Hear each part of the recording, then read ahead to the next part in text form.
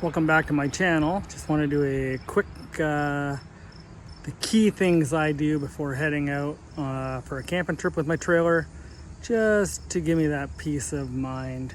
So I'm gonna run through them. I don't have a whole lot. I know there's a lot of things you can do. I do a good check before the season starts, lots of pre-maintenance and that type of thing that I'll do in a future video. But right now it's truly about checking the key things before I head out. So first order of business, let's check the tire pressure and not forget the spare. Okay, so it's time to check the tires.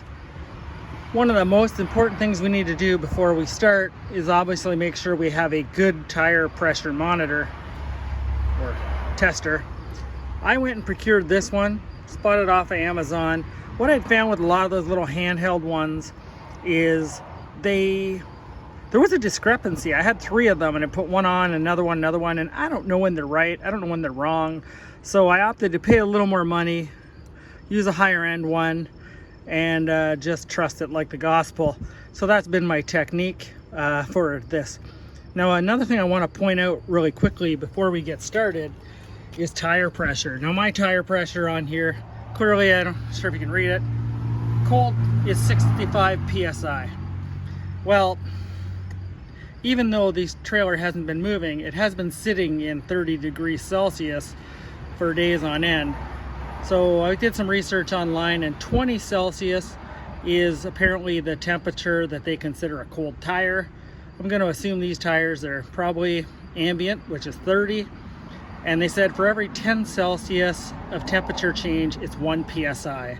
So 10 Celsius up from 20 would mean that true pressure on this would be 66. If it was 10 below, or 10 Celsius, I should say, then 64 would not be uncommon either. So 10 Celsius is hotter is 1 PSI hotter, and 10 Celsius colder is 1 PSI colder. And yeah, so we're gonna give her a quick test.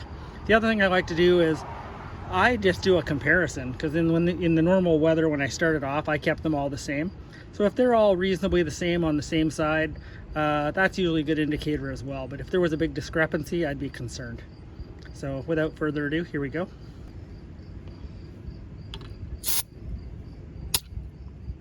Right on the money, 66. That's where I would have expected it. And the next tire, 65.6. I'd say that's pretty close.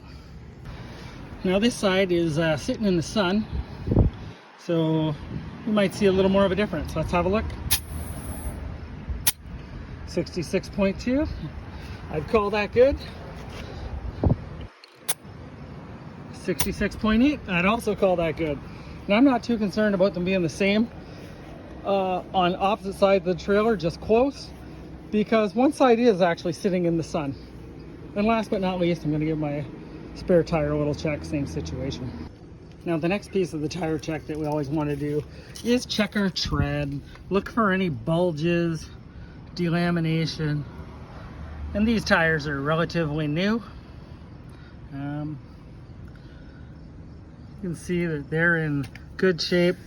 Put your hand around the back. You're feeling for anomalies, any kind of bumps or lumps or cuts. But yeah, I've already checked the other 3. Just wanted to show you what I've been doing. So that's part 2.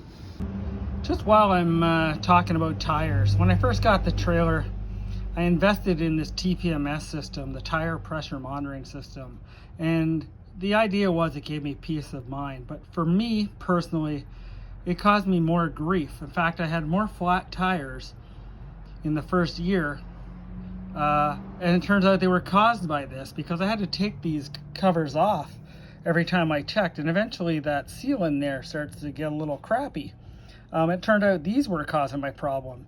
That and a few heart-stopping false alarms where somehow I lost connection to them, and I'm on a busy highway. I pull over, risk my life on the side of the road just to find out that everything's just fine and it's just a malfunctioning TPMS. So I went back to just being vigilant checking my tires before I leave my house and before I leave my campground. And that's been giving me the peace of mind that I've needed without having this TPMS system. So, you know, just my experience, do as you will. The next thing I like to make sure I do is lubricate all these moving parts on my hitch. So I'll pull that back. Rust will develop, water's in there. So I always like to give a little wipe just to get, you know, anything that I greased up before it's sitting on there. Get it cleaned up a little bit as best that I can. Far from perfect, but better than nothing. So I've got it cleaned up. And then I use this silicone lubricant. It doesn't really attract a lot of garbage, I found. And then I just get in there, give all these moving parts a little squirty squirt under there as well. Right, hard to do with one hand, but give it all a squirt. Wiggle it around, just to keep everything lubricated right up. And when I've got the Blue Ox hot hitch system, if you're interested in that, I'll show you how it all connects in another video. But I would just give that a little spray in there too, some down there. Give her a little spin. There's no real nice way to grease that. So get in there, give that one a little squishy squishy. There we go. And other than that, I'd call that part done.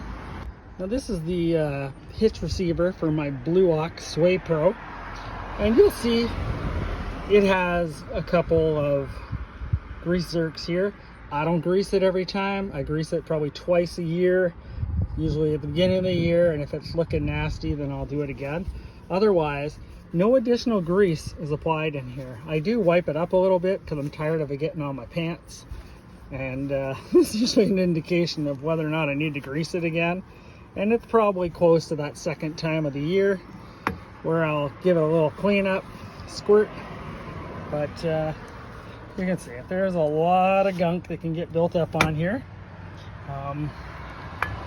So it's pretty important to keep an eye on that.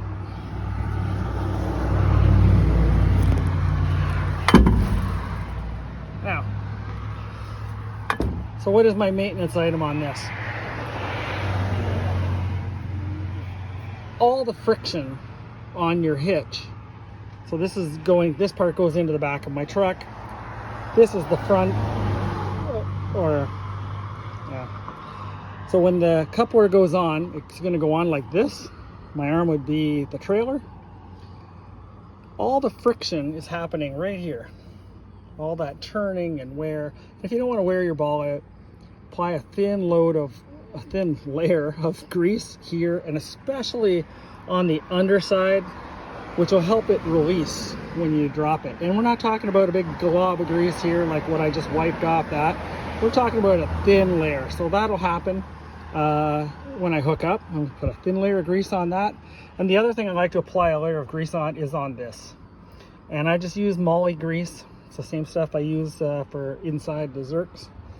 Here out of my grease gun, just put a thin layer on that as well. And even with that, you can see this pin is wearing. So I'll probably replace it next year for the start of the next season, right? But you can see there's wear on this, and anything you can do, a little grease to allow it to move without wear, that's a good thing. So grease is your friend. In the absence of the right grease, use any grease, because no grease is better than, well, any grease is better than no grease, I think is the expression. But yeah, so that's the other thing that I do. Okay. Like I said, not a lot. Okay, you can see. Just, I would call that too much personally, but you can see it. It is on there. That's me greasing my pin. And then along that same line, like I said, getting in here, giving that ball a little grease shot. So, right, I said, a little layer of grease. If you want to do the whole thing, let nature take its course. It's all good. Just know that you're going to get that all over your clothing and your pants. yeah, and there we have it. Hitch and ball are greased and ready for another trip. So the last order of business, when I hook up in the morning, obviously, I'm going to plug in, check my lights, make sure I do a brake check, that the trailer brake's working. Lights are indicates of lights. The actual brakes engaging are something totally different. So all I do is, as I slowly start to pull out of the driveway, I push the brake controller to engage the brakes manually and just make sure I get a little bit of a skid. Then I know they're there, and easy breezy. And the most important thing, so I have lights, I have brakes, I've greased my hitch, I've greased my pin, help with longevity, right? My tire pressure is good. I did the truck already. And then we'll get moving. And you know, I routinely check my plugs, make sure all the ends are not frayed or corroded. I have electrical contact cleaner. I have another video that shows that. Just give it a little spray, a little wipe off, no sandpaper, and yeah, simple things. It doesn't have to be this big exhaustive list. It can just be the fundamentals. Just don't neglect all the other little things. You'll have to check them, right? As far as like a camping experience goes, is your propane full? Is there going to be water where you are? Do you have to take it with you? You know, those type of things. But yeah, those aren't what I call safety items. Those are camping experience items that you want to make sure you've covered off, and there's no shortage of those, and I'll touch on some of them as videos continue. But right now, this is my what are the most important things to me for peace of mind while I'm rolling down a highway. Tomorrow morning I've got a 300-kilometer trip, and the last thing I want to be thinking about is a tire blowout, and if there is one, I know I'm prepared for it. As always, I appreciate you watching. Make sure you like, follow, subscribe. I could really use subscribers. Bonus points for subscribing. No, but like my videos, subscribe. I'd love to continue to make content you like. Let me know what you want to know, what you want to hear. I'll give you a no BS version of what it is, and if I don't know, I'll do some research and find some trusted sources that I can share.